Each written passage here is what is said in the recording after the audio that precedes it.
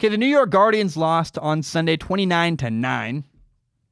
And there is no team in the entire XFL playing worse football than the New York Guardians. Now, week 1, New York beat the Vipers. Since that moment, New York has taken a nosedive and exploded on the ground, and the Vipers just keep getting steadily better and better and better. The Vipers almost won. They almost beat the Houston Roughnecks on Saturday. Meanwhile, the New York Guardians are imploding. They're falling apart. And there are so many problems.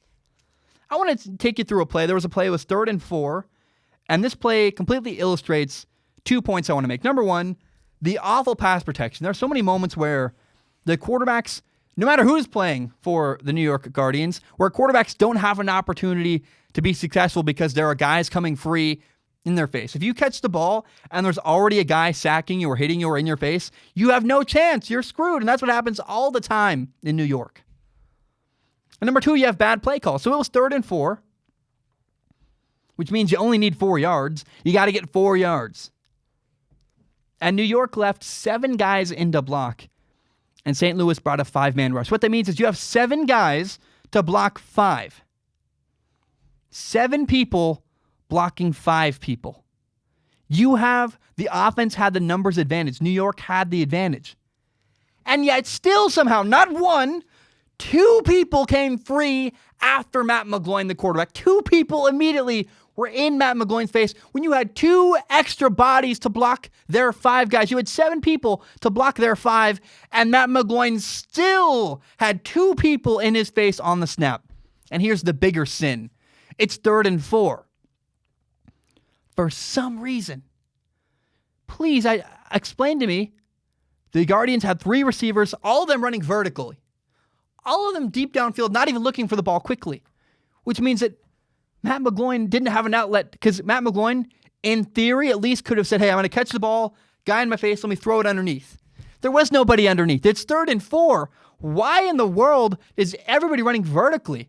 Unless maybe, I guess the thought process is, hey, we're going to go for it on 4th and 4 if we don't get it. We're going to take a shot here. That's stupid. I just don't. Here's the problem with the play calling in New York. It feels aimless. It's like they're guessing. There's not a plan. There's not a thought process like, hey, the defense is doing this, so let's react and do this. They're just calling whatever they feel like, hoping it works, rather than saying, hey, it's cover 2. We should call a cover 2 beater. They're playing man coverage. It's 3rd and 4. They're probably going to blitz. Let's have a guy go short underneath so we can steal yards and try to beat a guy across the middle on man coverage. Or, hey, I don't understand. I just, every time I'm like, or hey, there's a light box and they're backed way off. Let's run the ball. Something, right? But New York doesn't seem to have that kind of thought process where they're like, hey, let's react to the defense. They're just like, well, let's just cross your fingers, hope it works. And Matt McGloin gets increasingly frustrated, the quarterback in New York, and I don't blame him. Now, Matt McGloin cannot lose his composure the way he has. Matt McGloin, the quarterback, I think it's got to be done in New York. His body language is terrible. He's just frustrated, but he's in a situation where he can't win, so I don't blame him. If I'm Matt McGloin, I might even be like, look, we can't win here. Our coaching is a problem. Our offensive line is terrible. Is this even worth doing? Because I have no opportunity. I'm getting no opportunity to succeed. It's making me just look terrible from a fan perspective. Nobody understands, and I'm getting increasingly furious. So I don't know what to do here, man. It's really, really bad. It's really, really frustrating. I like Matt McGloin. He's one of my favorite quarterbacks of all time. He's not handling all this nonsense well. But the culture of New York's football team, the Guardians, is terrible. Even on the very first drive of the entire game, everybody's yelling at everybody. And it literally feels like everybody hates each other. Everybody in the New York Guardians, offensive line, quarterback, receivers, coach, they're all yelling at each other. The coaches had to be bleeped out because they were yelling F-bombs and stuff at each other. So the audio would cut out because they can't obviously play that. It's wild. It's like, what is going on? And on the 4th drive, there was a 3rd and 7 where the 4th drive of the game, there was a 3rd and 7 where the New York Guardians got stopped. And everybody on the sideline for the Guardians looked shell-shocked. Coach, quarterback, offensive coordinator, the lineman, everybody looked out of it. Everybody looked defeated. They just looked like they'd gotten like their mom died, or their favorite puppy died. They just were all like so defeated. There was no fight. There was no motivation, no inspiration. After 4 possessions, the Guardians looked like a team that was ready to just give up and walk away and go home. Like, why did we even take a flight out to St. Louis? I don't know. At that point, they were losing 15-3, which is not an insurmountable lead at all.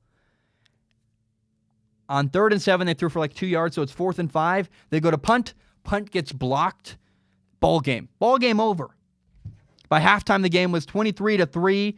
New York did not score a touchdown until like 7 minutes left in the fourth quarter, the very end of the fourth quarter. Playing awful football. Useless on offense, useless on defense, can't even make special teams work. And the issue here is leadership. The New York Guardians have an attitude problem. It seems really silly. My attitude, it's honest though, it's important. I'm not sure Matt McGloin should be the guy anymore in New York. He's not a good example. He's not leading people well. He's handled a crisis in New York horribly. And you would have thought, he played quarterback at Penn State at a very tumultuous time in Penn State. You would think that Matt McGloin was better at handling crisis. He's not been good at handling crisis in New York at all this time. I think maybe the New York Guardians should go to Luis Perez at quarterback. Marquise Williams played quarterback for a little bit. He was pretty ineffective, couldn't really run around enough. The only successful thing they did with him was run the ball and throw screen passes. Now, Luis Perez came in calm, poised, unfazed, unflappable, getting rid of the ball quickly, understanding, hey, I got to get the ball out of my hands. It worked. I think maybe New York desperately needs a quarterback who can set a good example, and Luis Perez might be exactly that.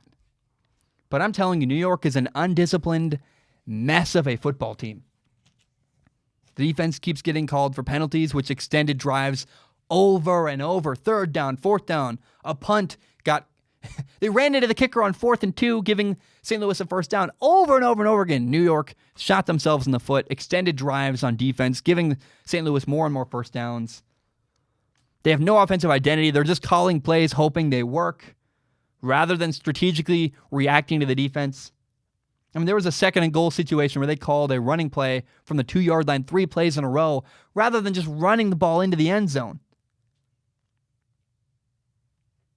I'm telling you, the New York Guardians are an aimless mess of a football team, and they got to change a lot in a hurry. This is why you have to really respect what happened with the LA Wildcats. The LA Wildcats were headed in this direction.